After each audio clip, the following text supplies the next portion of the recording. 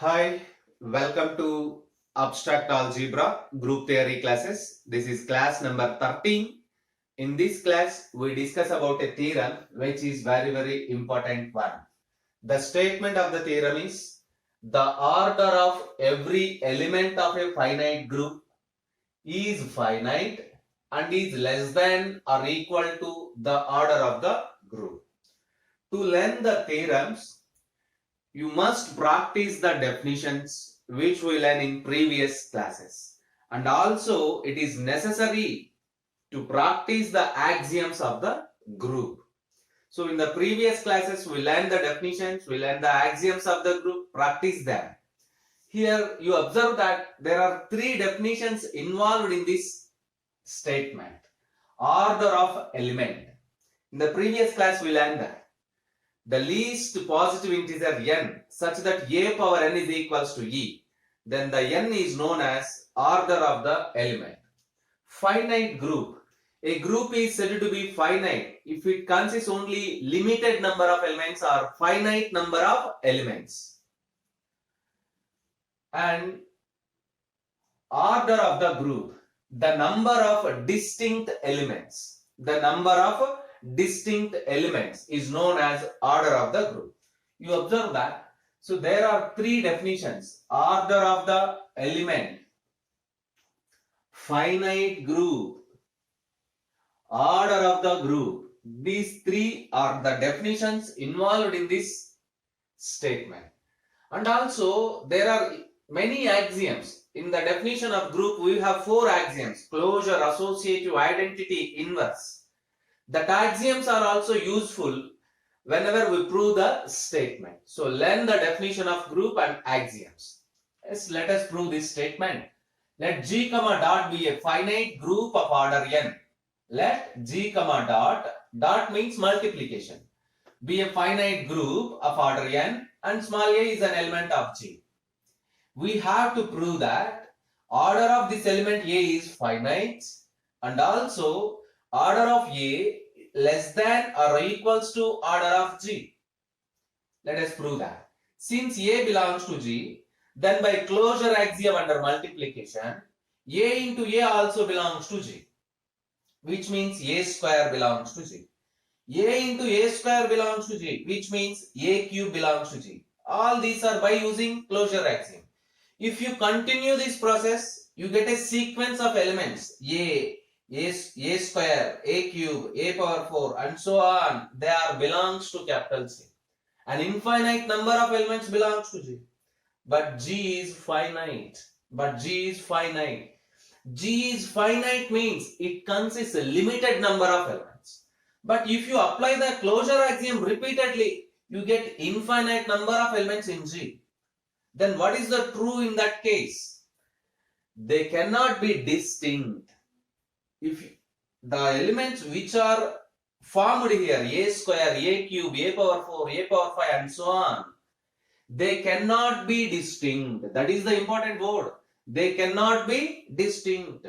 They cannot be distinct means two or more elements coincides. Means they are equal to one another. That is, a power r is equals to a power s for some r comma s belongs to n and r greater than s. This is our assumption. You can take s greater than r, whether it is anything, nothing to r. But n is the natural numbers. Because they are not distinct. Not distinct means they may be equal. So a power r is equals to a power s. Multiply this equation on both the sides with a power minus s. You get a power r minus s is equals to a power 0. This is nothing but a power r minus s is equals to 1. Take r minus s is equals to some integer m. Because both are integers and r greater than s, you must get an integer. So a power m is equals to e. It means there exists a positive integer m such that a power m is equals to e. There exists a positive integer m such that a power m is equals to e. Yes, let us continue. If small n is the least positive integer such that such that a power n is equals to e. A power n is equals to e. Yes, how it is possible? We know that minus 1 whole square is equals to 1. Minus 1 whole power 4 is equals to 1. Minus 1 whole power 6 is equals to 1 and so on. But what is the least positive integer? 2. So there is a positive integer m such that a power m is equals to e. By using that one, there is an integer 4 such that minus 1 power 4 is equals to 1. So n is the least positive integer such that a power n is equals to e. This shows as order of a is equals to n. Order of a is equals to n. Already we defined that n is a finite number. N is finite. This shows as the order of the element, the order of small a is finite, which is the first part of the statement. The order of an element of a finite group is finite. Therefore, you conclude that here the order of an element, of a finite group is finite. One of the very important property of group. The order of an element of a finite group is finite. Yes. It is remaining to prove that. Now we have to prove that, or it is remaining to prove that order of A less than or equals to order of G. Order of A less than or equals to order of G. If possible, let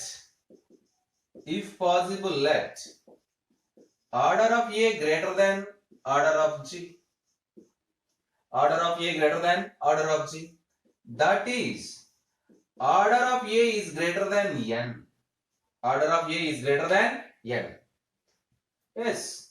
You observe that. Then, by closure axiom, we have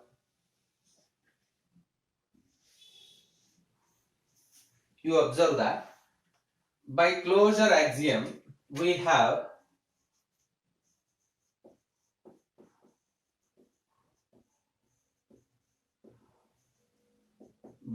axiom we have a comma a square comma a cube comma and so on belongs to capital G, such that no two of them up to a power n, no two of them are equal. No two of them are equal, because it is greater than order of A, order of A is greater than order of G, then automatically all these elements are belongs to capital G. A square, a cube and so on, a power n and so on belongs to capital G, such that no two of them are equal. Yes. If possible, let suppose two of them are equal, then what happens? Suppose a power r is equals to a power s by previous calculation, where 1 less than or equals to r comma s less than n or less than or equals to n. You can take both r comma s less than or equals to n. Multiply on both the sides with minus s, a power minus s. This is simple calculation, already you see that. Which implies a power m is equals to e, where m is equals to r minus s, which is less than n. You observe that here, you assume that order of a is greater than n. Order of a is greater than n. This is a contradiction.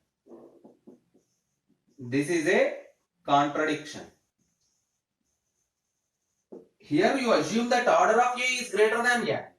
Order of A is greater than n means there is no element satisfying this condition a power m is equals to e which less than n. But you observe that r comma s less than n means r minus s is also less than n, such that a power m is equals to e. This is a contradiction.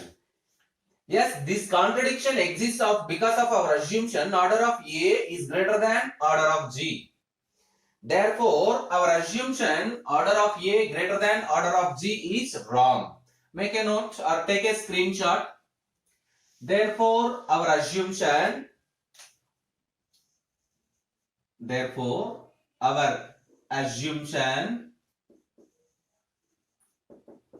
order of A greater than order of G is wrong.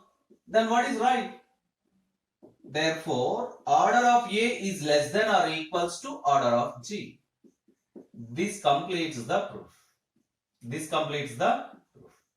One of the very important theorem for your end semester examination and also for competitive